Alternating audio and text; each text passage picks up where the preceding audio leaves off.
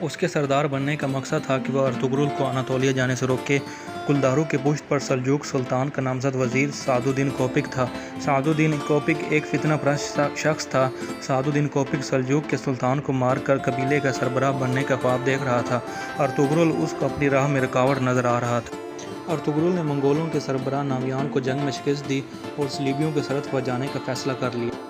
Ertugrul کو ایک دینی شخصیت ابن العربی کی رہنمائی بھی حاصل تھی، جو کہ اس کے ہر فیصلے پر اس کی رہنمائی کرتا تھا۔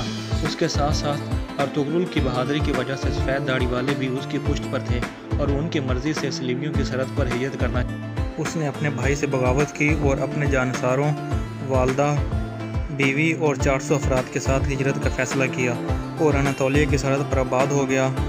وہ اس کائی قبیلے کے چھوٹے سے ٹکڑے کا سردار بن گیا۔ نئی جگہ ہجرت کر کے وہ معاشی طور پر بہت کمزور پڑ گئے اور قبیلوں میں فاقوں کی نوبت آ گئی۔ اس دوران ارطغرل قبیلے کی خواتین قالینیں بنانے کا کام کر رہی تھیں اور ان قالینوں سے جو آمدنی آتی تھی ان سے اناج وغیرہ خریدا جاتا تھا، لیکن کھانے کے لیے کم پڑ گئے۔ چابیدار قبیلے کے سردار نے ارطغرل کی مخالفت کی۔ اس کے قلینے کے قافلوں پر حملہ کر کے اس کے متعدد سپاہیوں کو ہلاک کر دیا اور اس کے ساتھ ساتھ تمام مال کو جلا دیا، جس کے بعد اس کے قبیلے پر مزید مصیبتیں آن پڑیں۔ وہ جس بازار میں تجارت کیا کرتے تھے اس بازار کو ہاندلی بازار کہا جاتا تھا۔ ہاندلی بازار آج بھی موجودہ ترکی میں ہاندلی بازار کے نام سے مشہور ہے۔ اس بازار کا مالک سیون قسطنطنیہ کے صلیبیوں کا جاسوس تھا۔ جب ارطغرل کو اس جاسوس کے بارے میں علم ہوا تو سفید داڑھی والوں نے اس کو ختم کرنے کو حکم دیا۔ ارطغرل نے اپنے سپاہی نورگل کے ساتھ مل کر اس جاسوس کو بے نقاب کیا اور اس کے خلاف جنگ کر کے ہاندلی بازار پر قبضہ ہو گیا، جس کے بعد پورے کائی قبیلے میں خوشی کی لہر دوڑ گئی۔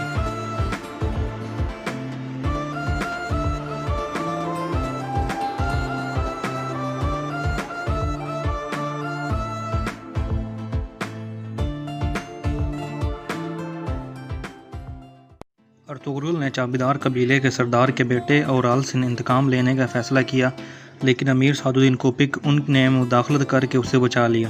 امیر سعد الدین کوپک اس علاقے کا سردار اعلیٰ تھا، اس لیے اس کی بات ماننا ضروری تھی۔ اس دوران سلطان علاء الدین کا اس علاقے سے گزر ہوا تو اس نے ہاندلی بازار میں رومی اور عیسائیوں سے ارطغرل کی ایمانداری اور بہادری کا تذکرہ سنا تو وہ ارطغرل کی ایمانداری اور بہادری سے بہت متاثر ہوا۔ امیر سعد الدین کوپک نے سلطان کو ورگلایا کہ ارطغرل ریاست کے اندر ریاست بنا رہا ہے اور ہاندلی بازار کو سلطنت کو دینے کے بجائے خود اس پر قابض ہو گیا ہے۔ لیکن سلجوق سلطان پہلے ہی ارطغرل کا مداح ہو گیا تھا اور ترکوں کی روایات کے مطابق تلوار سے حاصل کی گئی جگہ اس کی مالکیت ہوتی ہے۔ سلطان نے ارطغرل کو سارے علاقے کا سردار اعلیٰ بنا دیا۔ سردار اعلیٰ بننے کے ساتھ ساتھ اسے کارچائے قلعہ فتح کرنے کا بھی حکم دیا، کیونکہ انہوں نے سلطان پر حملہ کرنے کی کوشش کی تھی۔ سلطان نے اسے وعدہ کیا کہ وہ جلد ایک فوج اس کی مدد کے لیے بھیجے گا۔ ان سب جنگوں میں چابیدار قبیلے ارطغرل کے خلاف رہے، مگر اس کا بھائی علیان اور بہن اسلان نے ارطغرل کا ساتھ دیا۔ علیان جان فشانی سے لڑتا ہوا شہید ہو گیا اور اس کی بہن کو قبیلے کا سردار بنا دیا گیا۔ کے بیٹے نورگل سے 10 درہم طلائی اور 20 بھیڑ مہر موجن ادا کرنے کے عوض نکاح تم نے قبول کیا؟ قبول کیا۔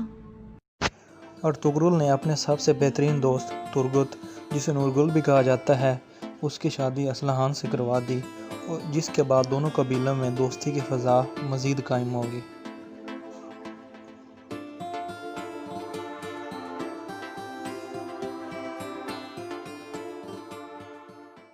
اسی دوران قلعے کا ایک کمانڈر ویسلیوس ایک جھڑپ میں ارطغرل سے مارا گیا اور نیکیا کے بادشاہ نے آرس کو گورنر بنا کر بھیجا۔ آرس نے ارطغرل کی طرف دوستی کا ہاتھ بڑھایا اور جنگ روک دی گئی، لیکن امیر سعد الدین کوپک اور چابیدار قبیلے کے دوسری شاخ کے سردار بہادر بے باغ کے ساتھ مل کر ارطغرل کے خلاف سازشیں شروع کر دی۔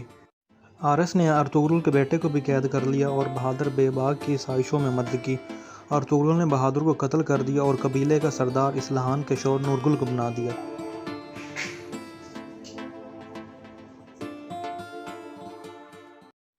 اس سے نمٹ کر ارطغرل نے سلطان کی فوج کا انتظار کیے بغیر اپنے سپاہیوں کے ساتھ مل کر قائچار سار قلعے پر حملہ کر دیا اور قلعے پر قبضہ کر لیا۔ قلعے کا گورنر جان بچا کر بھاگ گیا اور قلعہ پر سلجوق اور کائی قبیلے کا پرچم لہرا دیا گیا۔ قاراچائسار قلعہ اور ہاندلی بازار فتح کرنے کے بعد ارطغرل کی شہرت میں مزید اضافہ ہو گیا اور ہر کوئی اس کی تعریف کے گن گانے لگ گیا۔ ارطغرل نے اپنے بھائی سالم کو قلعے میں نائب مقرر کیا اور سعد الدین کوپک کی سازشوں سے سلطان کو آگاہ کرنے کونیا چلا گیا۔ کونیا میں اس نے امیر سعد الدین کے خلاف ثبوت دیے، لیکن سازشی اپنی جان بچانے میں کامیاب ہو گئے۔ 1237 میں اس نے سلطان علاؤ الدین اور اس کے نامزد جانشین خلیج ارسلان کو قتل کروا کر غیاث الدین کیسڑو کو سلجوق کا سلطان بنا دیا۔ سلطان کے قتل کا الزام ارطغرل پر لگا دیا اور ارطغرل کو قید میں ڈال دیا گیا۔ ارطغرل کو قید میں ڈالنے کے بعد سلطنت پر امیر سعد الدین کوپک نے قبضہ کر لیا اور اس نے قاراچائسار قلعے اور پاس کے علاقوں سے ارطغرل کی سرداری ختم کروا دی۔ جب سلطان غیاث الدین کو معلوم ہوا کہ اس کے باپ کو ارطغرل نے نہیں بلکہ اس کی ماں اور سعد الدین کوپک دونوں نے مل کر قتل کروایا ہے، تو اس نے ارطغرل کو آزاد کر دیا اور دوبارہ سردار اعلیٰ بنا دیا۔ سلطان غیاث الدین نے امیر سعد الدین کو قتل کرنے کا حکم دیا اور ارطغرل کو اس کی ذمہ داری سونپ دی گئی۔ ارطغرل نے سعد الدین کوپک کو قتل کر دیا اور سلطنت کو دوبارہ اپنے پاؤں پر کھڑا کرنے کی کوشش کی، پھر قبیلے سمیت سوغوت ہجرت کر لی۔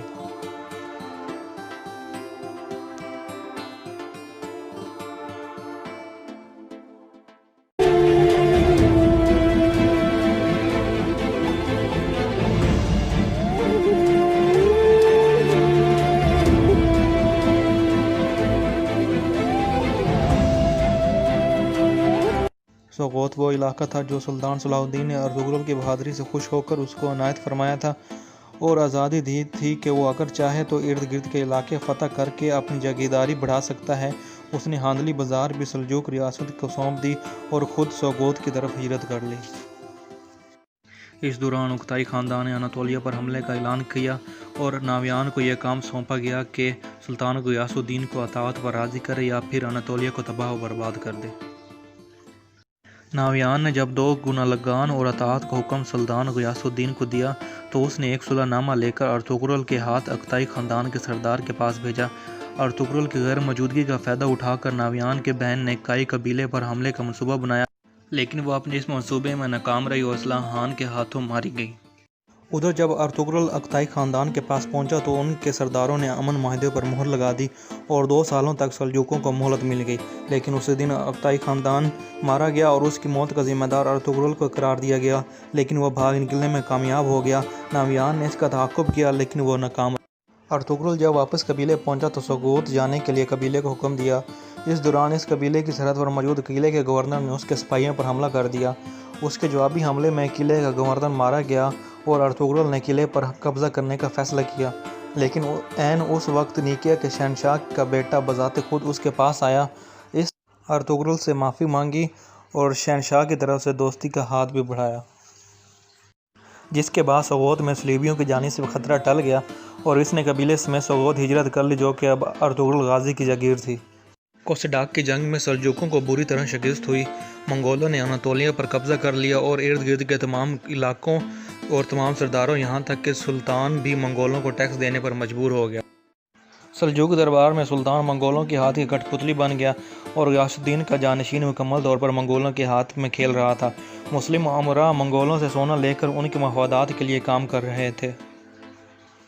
اس دوران سوغوت میں ارطغرل نے اپنا قبیلہ بسا لیا تھا اور منگولوں کے خلاف جدوجہد جاری رکھی ہوئی تھی، لیکن یہ جدوجہد جاری نہیں تھی۔ ظاہری طور پر وہ منگولوں کو ٹیکس دیتا تھا، لیکن اندرونی طور پر وہ منگولوں کے خلاف ایک بڑا منصوبہ بنا رہا تھا۔ ارطغرل نے مصر کے مغلوب سلطان ملک ظاہر الدین بیبرکس اور چنگیز خان کے پوتے برقہ خان، جس نے اسلام قبول کر لیا تھا اور منگولوں کے خلاف جنگ جاری رکھے ہوئے تھے، ان کے ساتھ مل کر ایک منصوبہ بنا۔ اس نے سلطان علاء الدین کے حامی قبیلوں کو اکٹھا کیا اور ان 2 بڑی طاقتوں کو منگولوں کے خلاف لڑنے کے لیے تیار کر لیا۔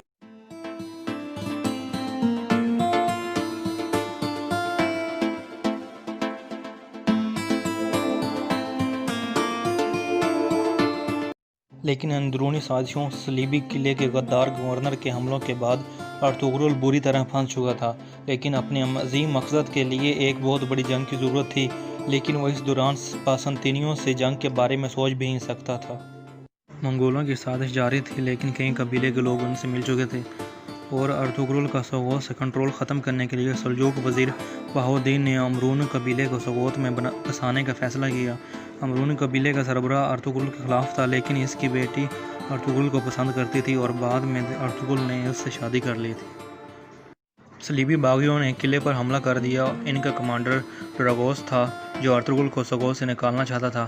اس نے امرون قبیلے کے سردار کو قتل کر دیا اور اس نے قتل کا الزام ارطغرل کے بیٹے گندوز پر لگا دیا، جس کے بعد دونوں قبیلوں میں لڑائی کا فیصلہ ہو گیا، لیکن ارطغرل کی سمجھداری اور ذہانت کی بدولت وہ اس مصیبت سے بچ نکلے۔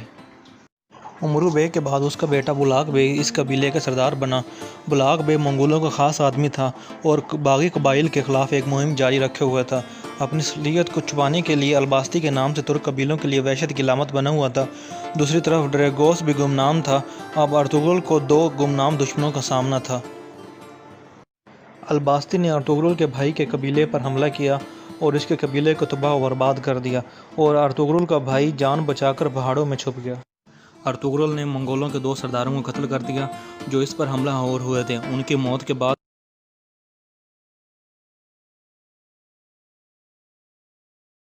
خان کا بھائی ارے بوکا اس کے مقابلے کے لیے سوغوت آ گیا۔ اس نے الباستی کی مدد کی اور ارطغرل کے خلاف جال بننا شروع کر دیے۔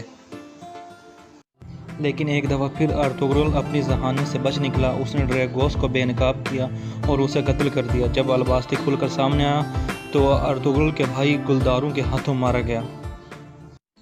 ارطغرل ان چھپے ہوئے دشمنوں سے نپٹنے کے بعد مغرب میں برقہ خان سے ملاقات کے لیے چلا گیا۔ بوکا کو جب اس بات کا علم ہوا تو وہ بھی ارطغرل کے پیچھے چلا گیا۔ ارطغرل نے برقہ خان کے غداروں وزیروں کو بے نقاب کیا اور بوکا بھی برقہ خان کے ہاتھوں قتل ہو گیا۔ ارطغرل نے برقہ خان کے ساتھ مل کر منگولوں سے جنگ کی۔ اس نے برقہ خان کو یقین دلایا کہ جب وہ منگولوں پر حملہ کرے گا تو اناطولیہ کے ترک اس کے شانہ بشانہ ہوں گے، جبکہ سلطان ظاہر بیبرس اس کے ساتھ اپنی فوج لے کر شامل ہو جائے گا۔ ارطغرل واپس اپنے قبیلے آ گیا اور اپنے بھائی دھندار بیگ کو قائم مقام بنا کر اس جنگ کے لیے روانہ ہو گیا۔ اس جنگ میں منگولوں کو بری طرح شکست ہوئی اور لڑائی کے دوران ہلاکو خان علیل ہو گیا اور بیماری ہی سے چل بسا، تو مسلمانوں میں خوشی کی لہر دوڑ اور ارطغرل جنگ سے واپس غازی بن کے لوٹا، اس لیے غازی اس کے نام کا حصہ بن گیا۔